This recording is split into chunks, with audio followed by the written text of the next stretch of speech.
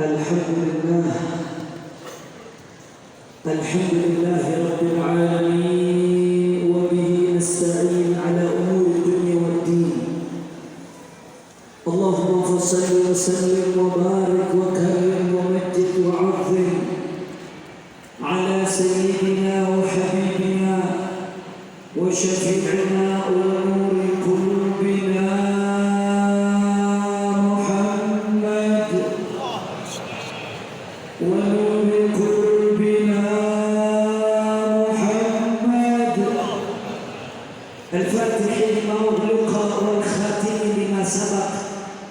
ناصر الحق بالحق والهادي إلى الصراط المستقيم وعلى آله وصحبه حق قدره ومقداره العظيم فتاح العليم. أما بعد. Para alim ulama, para habaib, para asatidz, para kiai, para sesepuh, para ajangan, para tokoh masyarakat, wabil khusus almarhum keluarga besar al-Murabbi Kiai Haji Arifin Ilham rahimahullah rahmatan abrar. Mudah-mudahan keluarga beliau selalu diberikan kekuatan oleh Allah Subhanahu wa taala di dalam melanjutkan syiar dakwah ini. Amin ya rabbal. Tidak lupa pula salam penghormatan kita sampaikan kepada guru kita Kiai Haji Abdul Syukur, begitu pula Habibah dan Mahbub saudara saya Al-Habib Mahdi bin Hamzah As-Sagaf. Hadir juga bersama kita Kiai Haji Nur Sasi, semuanya para habaib, kiai, asatidz, serta putra-putra dan keluarga besar Ustaz Arifin Ilham yang tidak dapat saya sebutkan satu persatu tanpa mengurangi rasa hormat saya kepada beliau semua. Kita doakan mudah-mudahan habaib, ulama, asatidz, kiai kita Allah panjangkan umurnya, Allah sehatkan badannya, Allah lapangkan rezekinya, Allah qabul hajat-hajatnya. Amin ya rabbal.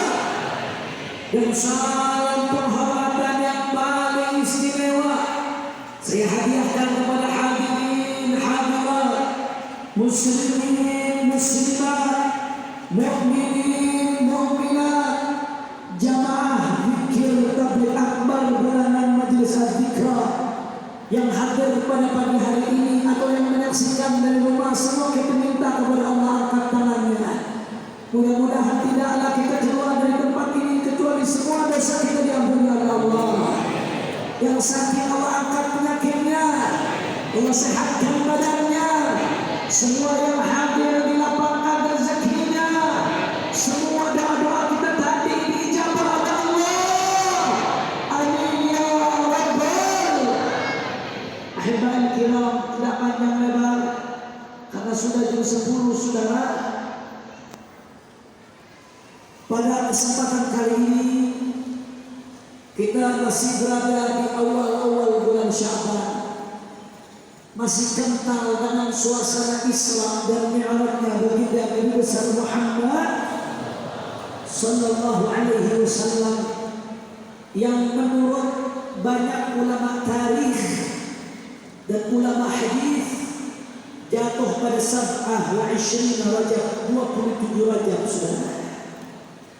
Ahibahil kiram, bicara soal Isra dan Mi'rajnya Nabi, begitu banyak riwayat, hikayat, pelajaran dan hikmah, bahkan masyahid waswar, pemandangan-pemandangan yang Allah tunjukkan kepada baginda Nabi besar Muhammad sallallahu alaihi wasallam. Kalau kita mau bahas secara keseluruhan, jangankan 1-2 jam, 2, 3, 4, 5 hari nggak akan selesai, saudara. Makanya pada kesempatan kali ini ada satu hal menarik yang ingin saya bahas, yang penting untuk diketahui oleh umat. Tapi sebelum saya lanjutkan, ini udah jam 10, sebagian mulai dari tahajud ini saudara.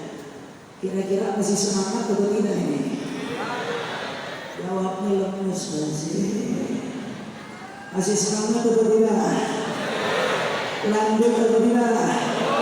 Semua dengan semangat dengan hati keras semua angkat tangannya takbir.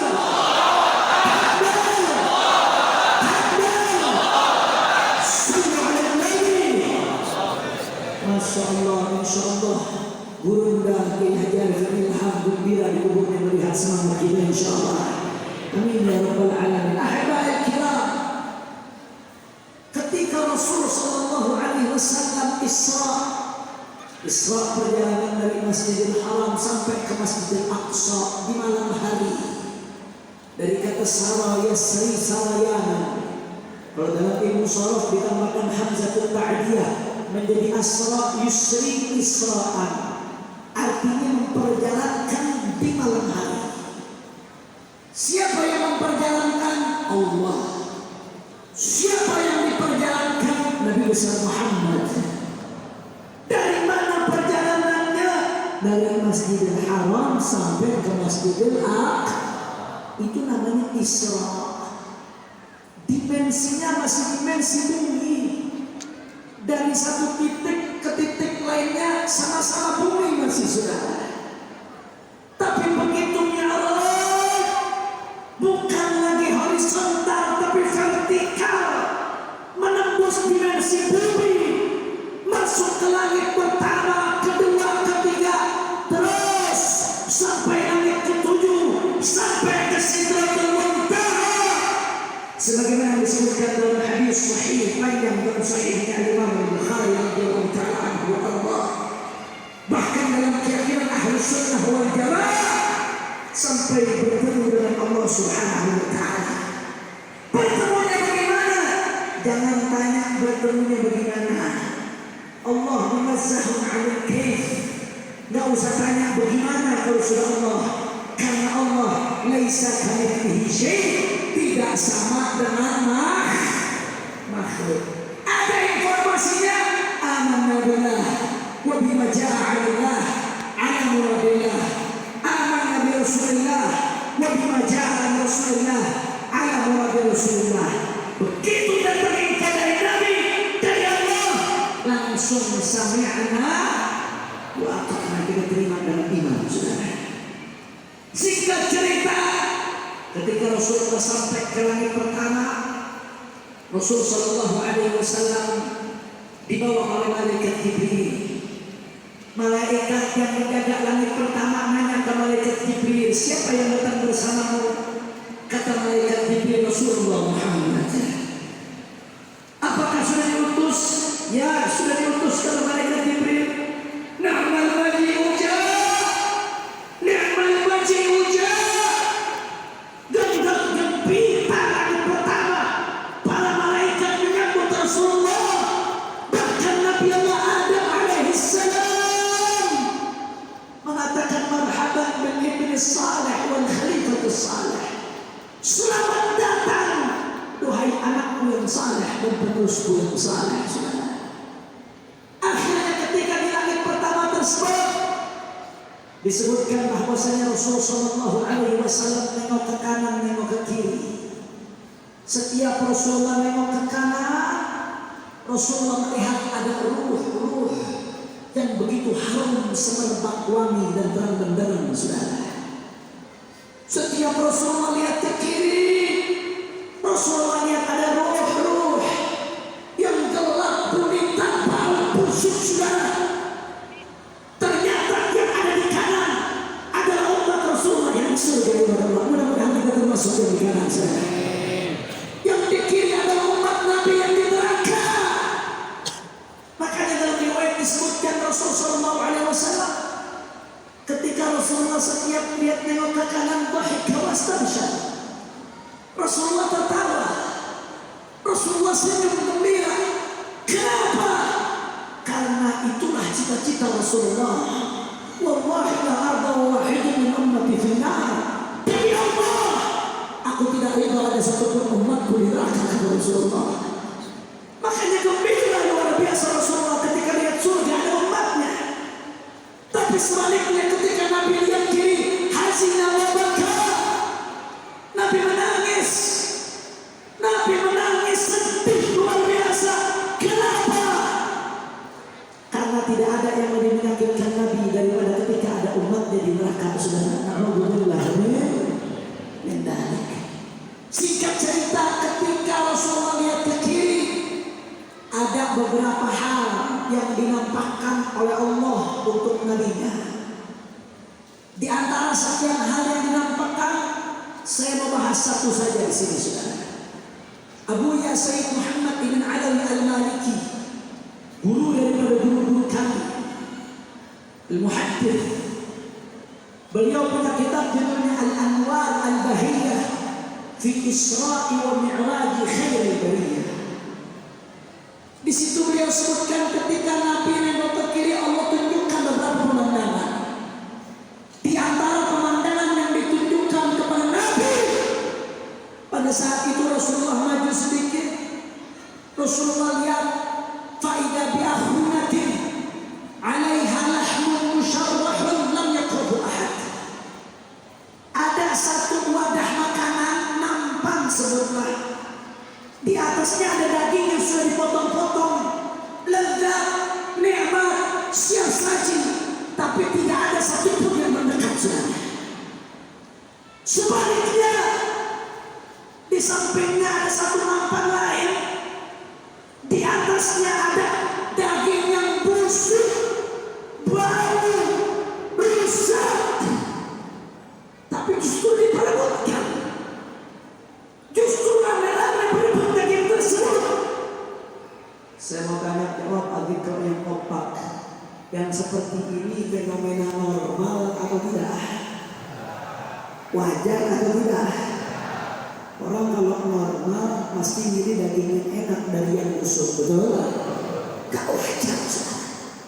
Bahkan dalam riwayat lain disebutkan ada nampan berisi makanan yang lezat, di sekitarnya ada bangkai-bangkai, nampan diabaikan, bangkai diperebutkan saudara. Berebut dia makan bangkai. Rasulullah heran, ini gak wajar, aneh. Akhirnya Rasulullah tanya kepada malaikat Jibril, man haula ya Jibril? Siapa mereka wahai Jibril?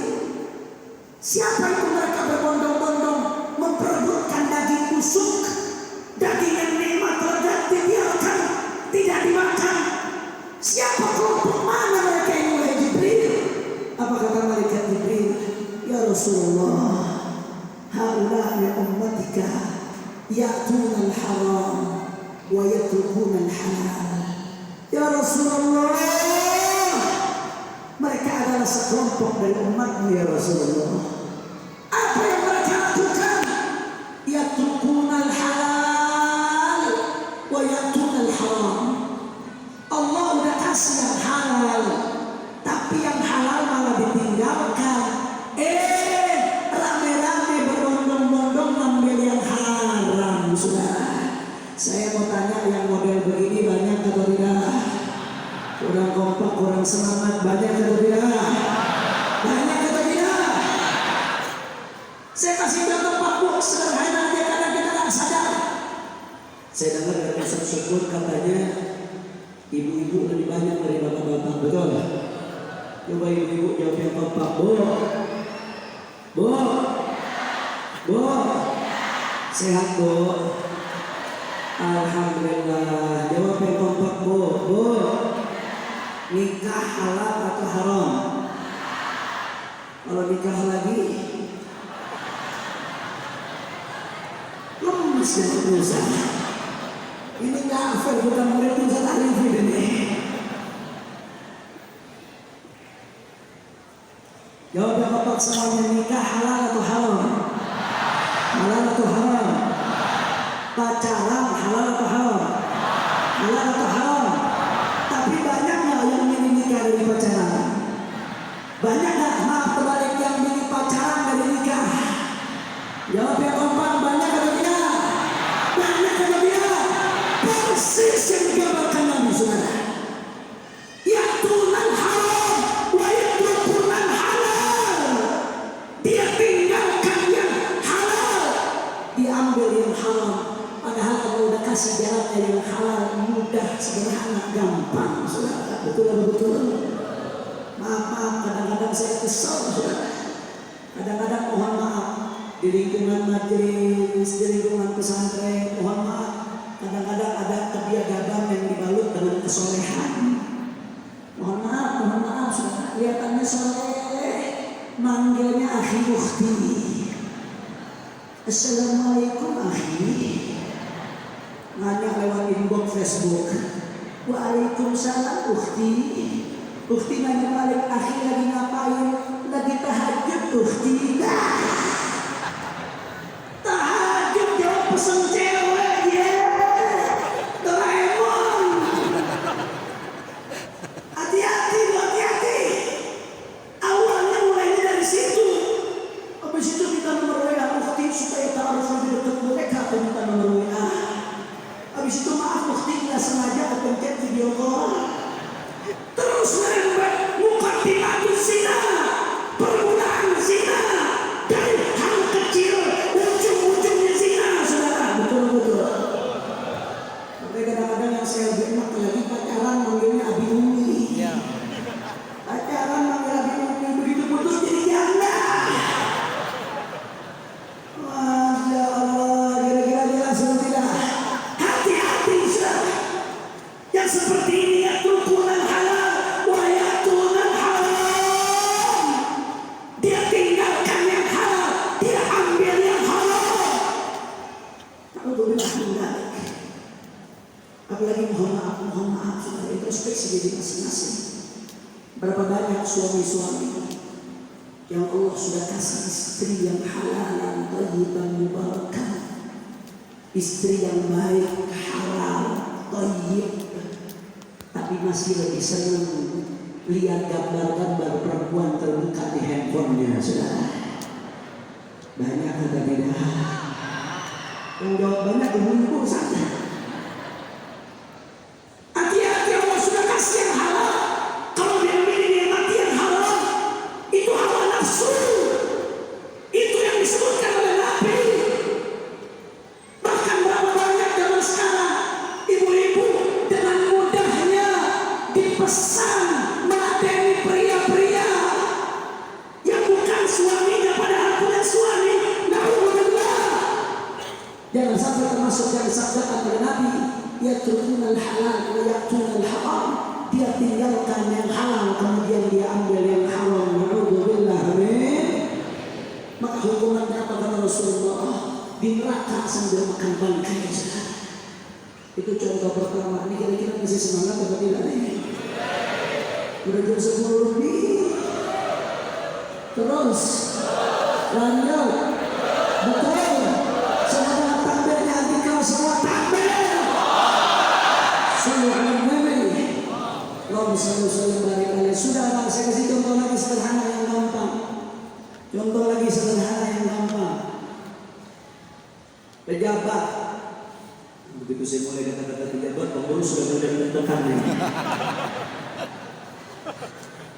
Pejabat, taruhlah bupati, saya nggak sebut nama pejabat yang mana aja. Bupati, wali kota, gubernur, menteri, yang presiden dan seterusnya, semua pejabat. Kalau dia kerja benar, dapat gajinya halal atau tidak? Halal, thayyiban, mubarakan. Di fikih pun dibahas bagaimana para imam, pejabat negara itu dapat gaji dari tempat. Itu sesuatu yang halal, sudah berhak ke situ. Tapi faktanya, meskipun pejabat makin tinggi jabatannya, makin besar gajinya, makin banyak tunjangannya, tapi pejabat yang korupsi banyak atau tidak? Udah kompak banyak atau tidak? Orang keras banyak atau tidak? Hati-hati itu yang diajarkan Nabi. Allah sudah kasih yang halal, tapi dia tinggalkan yang halal, dia ambil yang haram. Na'udzubillah. Bapak-bapak, ibu-ibu, Nabi katakan ada orang muflis di hari kiamat. Bukan yang nggak punya dirham, yang nggak punya dinar, tapi muflis di hari kiamat yang dia sudah menzalimi fulan, dia sudah mencaci fulan, memaki fulan, merampas harta fulan, memukul fulan, maka diambil dari pahalanya diberikan kepada orang yang dizalimi. Kalau pahalanya sudah habis, dosa orang yang dizalimi diberikan kepada yang menzalimi. Sudah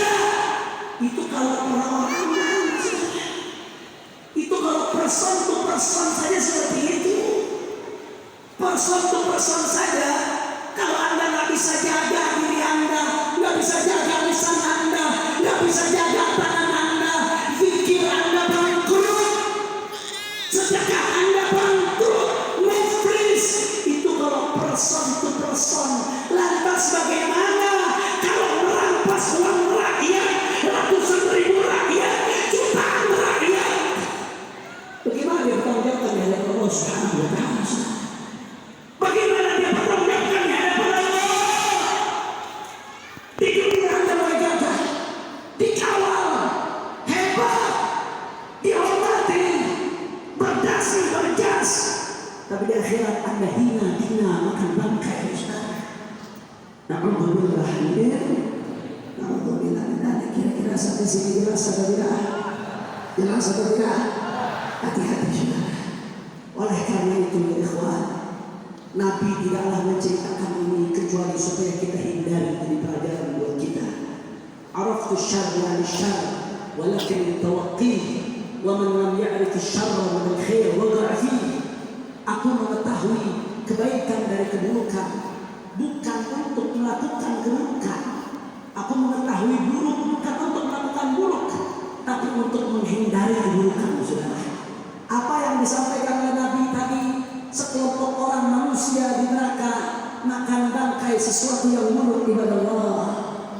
Maka kewajiban kita untuk menghindari, jangan sampai mengambil yang haram, meninggalkan yang halal. Maka selain dengan meningkatkan takwa, memantapkan muraqabatillah dengan zikir, dengan terus menghadirkan Allah, maka selain itu yang paling penting saudara adalah tafaqquh fiddin. Kamu mau tinggalkan yang haram, kamu melakukan yang halal, kamu harus kenal mana yang haram, mana yang halal. Makanya Rasulullah mengatakan man yuridillahu bihi khairan yufaqqihhu fiddin. Kalau Allah menginginkan kebaikan untuk seseorang, Allah berikan pemahaman yang terhadap ilmu agama. Karena tanpa ilmu agama buta. Al-Imam Al-Ghazali mengatakan di satu zaman ini nanti la yanju minhu illa man ahyallahu qalbahu bil ilm.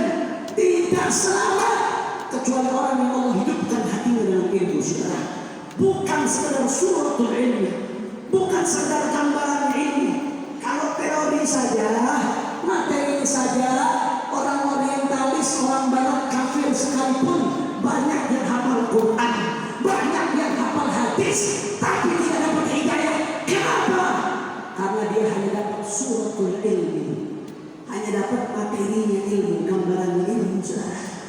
Dia tidak dapat cahayanya ilmu. Yang harus kita dapatkan kalau mau selamat, cahayanya ilmu yang diambil dari para ulama, dari para habaib, dari para kiai yang istiqamah, yang perkataannya sesuai dengan perbuatannya, yang warok dijaga makanannya, yang mengatakan hak itu hak, yang batil itu batil, yang lurus di atas thariqah ahli sunnah wal jamaah. Ini yang menyelamatkan kita di hadapan Allah. Tanpa itu kita tidak akan tahu halal dan haram. Makanya saya selalu sampaikan di berbagai tempat, saya senang kalau tabligh akbar ramai, bagus, siarkan saudara. Tapi demi Allah, saya jauh lebih senang kalau majelis taklim yang ramai, saudara. Tabligh akbar bagus. Di situ kita diajak bersilaturahmi, menggalang solidaritas umat. Di situ dibangkitkan semangat kita. Tapi jangan lupa, saudara, kita punya kebutuhan yang lebih besar, bimbingan ilmu yang terus menerus. Tabligh akbar bagus, tapi kita butuh ilmunya wudu, nggak ada di tabligh akbar, saudara. Kita butuh ilmunya sholat, nggak ada di tabligh akbar. Kita butuh ilmunya ibadah, kita butuh ilmunya bermuamalah, bagaimana dagang yang benar supaya uang yang masuk ke perut kita dan anak kita halal. Kita butuh ilmu yang benar bagaimana membangun rumah tangga yang baik. Itu adanya di majelis ilmu. Maka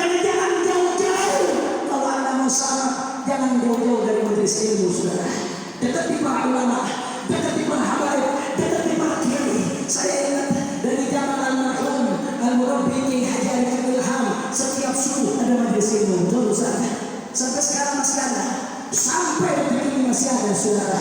Kalau Anda mau sadar, jangan hanya sebulan sekali, makan saja sehari 3 kali. Tapi kita juga tentu makan tidak cukup sebulan sekali saudara. Hadirin majelis ilmu, istiqomahkan. Kalau bisa tiap hari. Kalau bisa seminggu 2 kali, seminggu 2 kali. Kalau nggak bisa minimal seminggu sekali. Kalau tidak bisa seminggu sekali, bohong, dusta, saudara. Kenapa saya katakan dusta? Waktu untuk TV masih ada, waktu untuk handphone masih ada, waktu untuk duduk bersama teman masih ada. Kok tahu-tahu dengan ilmu nggak ada? Bohong. Kira-kira sampai sini jelas atau tidak? Jelas atau tidak? Kalau begitu jawabnya kompak, siap kita ramaikan majelis ilmu. Kurang keras, siap ramaikan majelis ilmu. Siap lanjutkan cita-cita mimpi kita. Siap untuk mengenal halal dan haram. Takbir. Sallallahu alaihi. Yang terakhir, saudara. Saya tahu ada banyak yang membuka kami akan bicara soal azan ini. Lanjut jangan. Bismillah. Gerak. Masih semangat? Yakin? Betul? Bismillah Muhammad. Saudara, sedikit informasi perjuangan. Hari Jumat yang lalu kami menggunakan hak konstitusi kami untuk menyampaikan, mengemukakan pendapat atau berdemonstrasi di depan Kementerian Agama Republik Indonesia. Kalau bahasa fikih, bahasa syariatnya amar ma'ruf nahi munkar. Saudara, secara garis besar ada 2 poin yang kami soroti, saudara. Yang pertama, soal surat edaran Kementerian Agama tentang penggunaan speaker masjid dan mushola. Saudara, yang pertama terkait azan. Silakan Anda baca surat edarannya yang lengkap. Anda baca. Jangan baca sepotong-sepotong. Betul, memang tidak ada larangan untuk azan. Tidak ada larangan azan. Tidak ada larangan untuk berzikir menggunakan pengeras suara. Tidak ada. Tapi di dalam surat edaran tersebut, yang pertama ada pembatasan volume speaker untuk adzan. Ada pembatasan, saudara. Saya setuju bahwasanya adzan ada adabnya, adzan ada akhlaknya, adzan ada tata caranya, adzan ada hukum-hukumnya. Usahakan yang adzan suaranya yang indah akan nikmat didengarkannya, dalam keadaan suci dan lain sebagainya. Tapi jangan lupa salah satu syiar yang paling penting yang berkaitan dengan adzan sesuai dengan artinya. Adzan, adzana yu'adzin. Orang yang adzan disebut mu'adzin. Artinya mengumumkan, pengumuman tentang masuknya waktu sholat. Makanya dianjurkan pengumuman adzan mencakup sejauh mungkin, saudara. Mencakup seluas mungkin. Saya mau tanya, yang namanya pengumuman supaya mencakup sejauh mungkin berarti harus keras atau pelan? Dalam kompak harus keras atau pelan? Harus kencang atau pelan? Yang sampai jauh, saudara. Makanya mengapa sih atur-atur gini ya, saudara? Kita ini berharap yang turun harga bahan baku, bukan speaker semestinya musola, bukan? Betul lalu, betul lalu. Anak ibu-ibu merasa betul juga. Apa-apa? Minyak susah katanya. Benar loh. Emang minyak susah? Urusannya apa sama speaker loh? Masya Allah. Makanya saya setuju dengan sikap NU di tahun 2012. Di tahun 2012 ketika Wakil Presiden Budiono menyampaikan wacana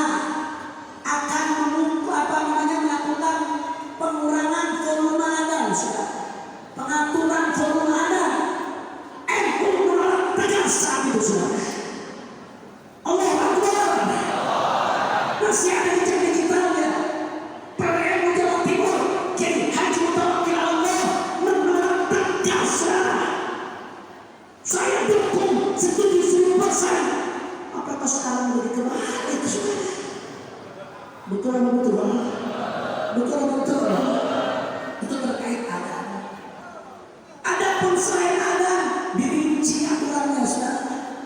Ibadah Allah, selama ini masjid-masjid kita beragam, beda-beda latar belakang. Ada masjid yang latar belakangnya Nahdlatul Ulama, atau yang amalannya sama seperti Nahdlatul Ulama, sama-sama fikih Syafi'i, sama-sama akidah Asy'ari, sama-sama menggunakan tasawuf Imam Ghazali wa Junaid al-Baghdadi. Banyak masjid seperti itu, masjidnya habaib, masjidnya kiai, masjidnya ajaran-ajaran.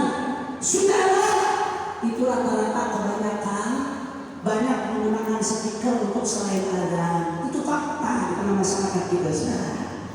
Sebaliknya ada masjid-masjid seperti Muhammadiyah atau yang serupa dengannya, banyak yang lebih minim menggunakan speaker untuk selain adzan, khususnya speaker luar.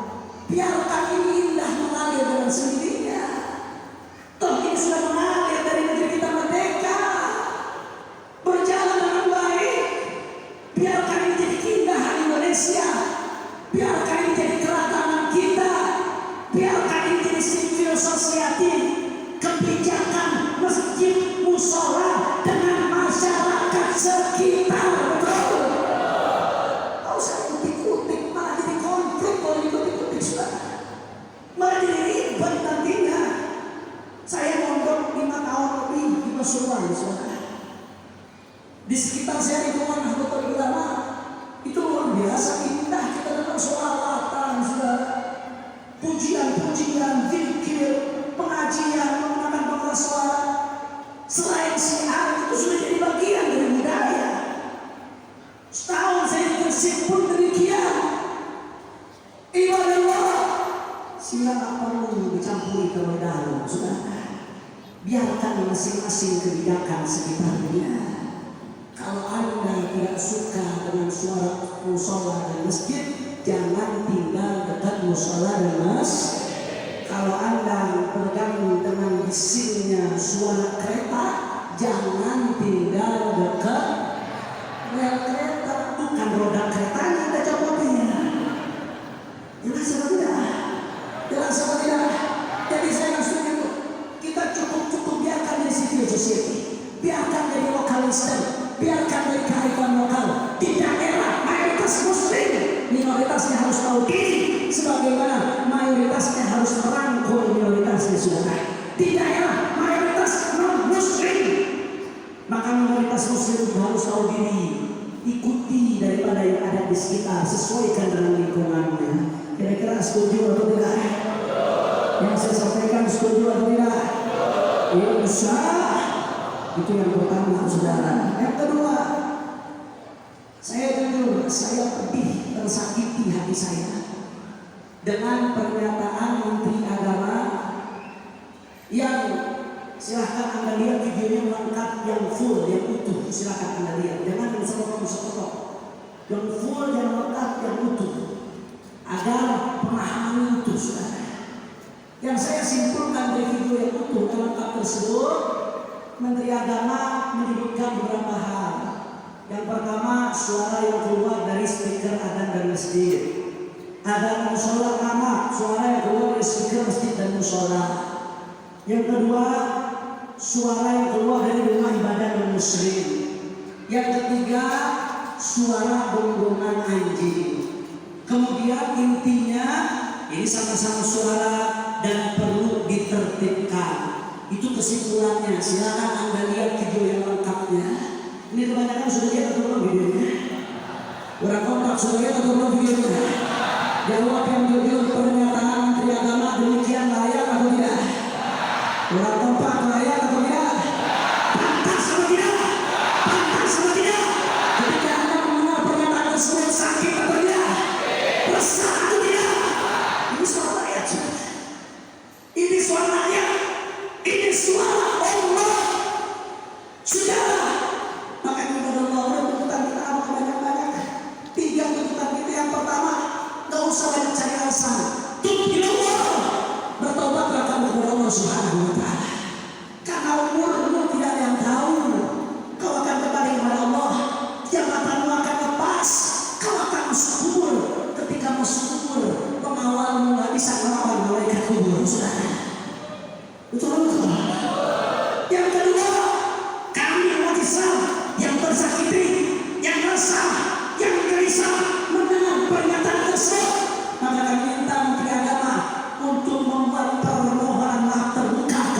Islam, saudara.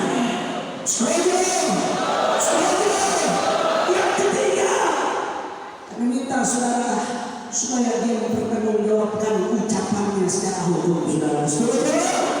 Setuju? Setuju? Takbir! Takbir! Takbir!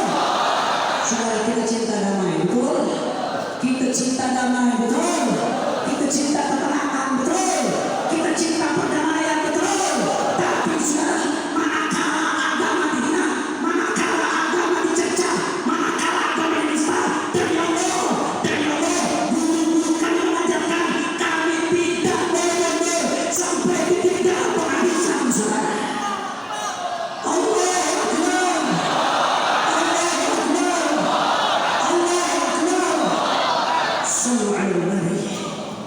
Makanya di Indonesia ini apapun yang terjadi, saudara, ada apapun terkait dengan agama, kami akan terus berjuang dengan cara-cara yang dibenarkan oleh hukum, dengan cara-cara yang dibenarkan oleh konstitusi.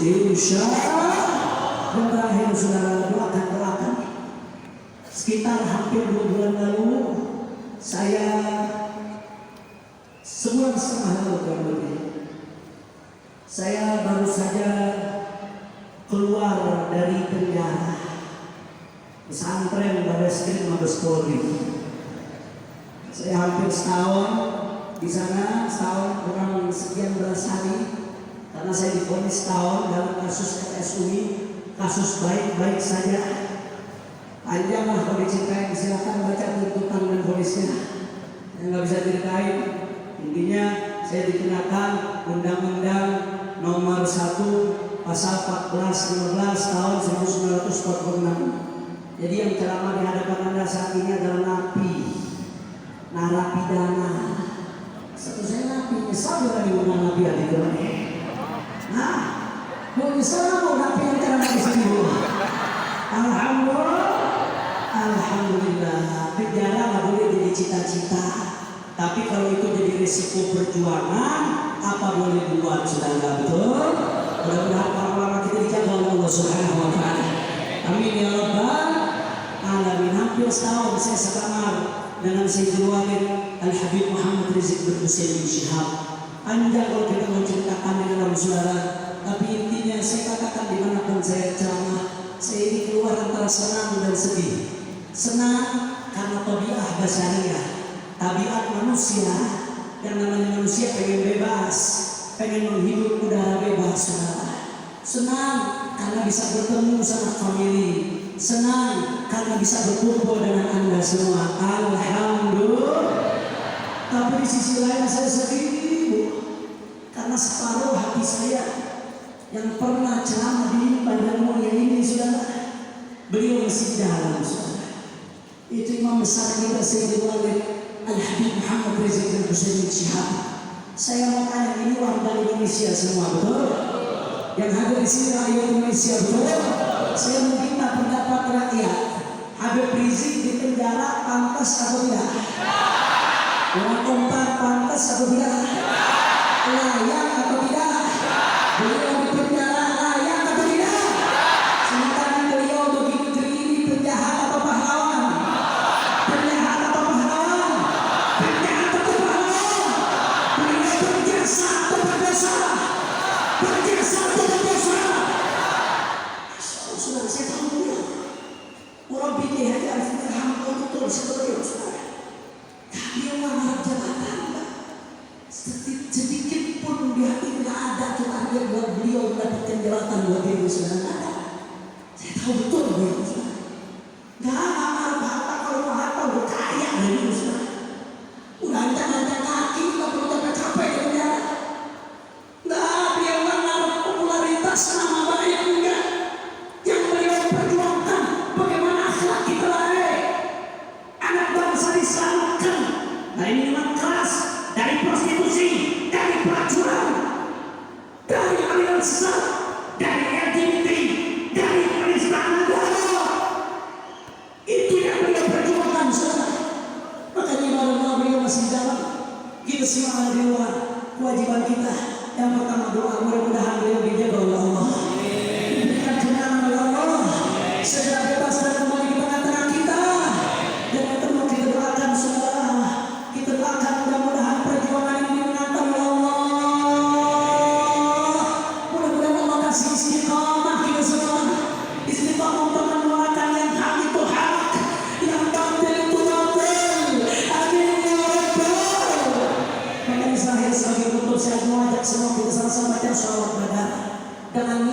mudah-mudahan berkat Rasulullah dan ahli Badar, mudah-mudahan yang punya hajat Allah kabul hajatnya, mudah-mudahan dzikr saudara Allah Subhanahu wa taala, dan mudah-mudahan yang bisa kita bebaskan Allah Subhanahu wa taala yang sakit di sini mantap penyakitnya, Allah berkahi sahabat kita sampai ke bulan Ramadan mendapatkan Lailatul Qadar. Amin ya rabbal. Sama-sama semua kita baca salawat Badar, goncangkan satu dengan salawat. Salatullah salamullah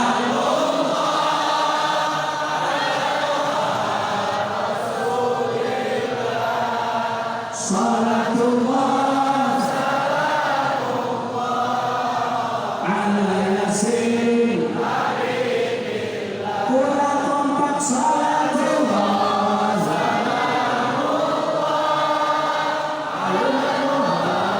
Rasulillah salatullah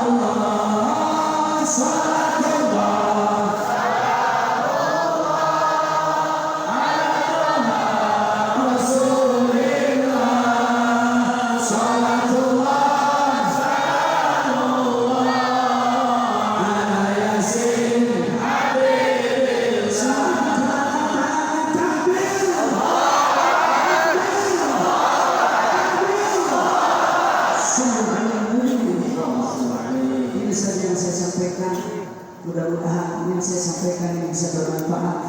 Terakhir kita bacakan Fatihah untuk almarhum Ustaz Kiai Al-Haj Al-Murabbi Arifin Muhammad Arifin Ilham. Allah yaghfir lahu wa yarhamhu wa yu'li darajatihi fil jannah wa yataghashahu bir rahmah wal maghfirah.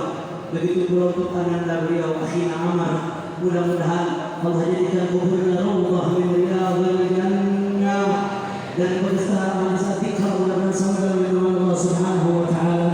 Dan hadhihi niyyah wa likulli niyyatin salihah wa 'allamana as-salafus salihun wa ila hadratin nabi bisirril Fatihah.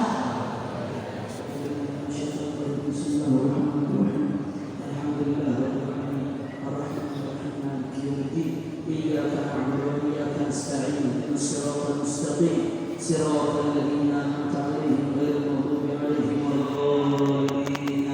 Ini saja yang saya sampaikan, mudah-mudahan yang sedikit ini bisa bermanfaat. Mohon maaf kalau ada salah-salah kata. Mohon maaf kalau ada yang kurang berkenan. Hadani Allah wa iyyakum ila siratal mustaqim. Wa assalamualaikum warahmatullahi wabarakatuh.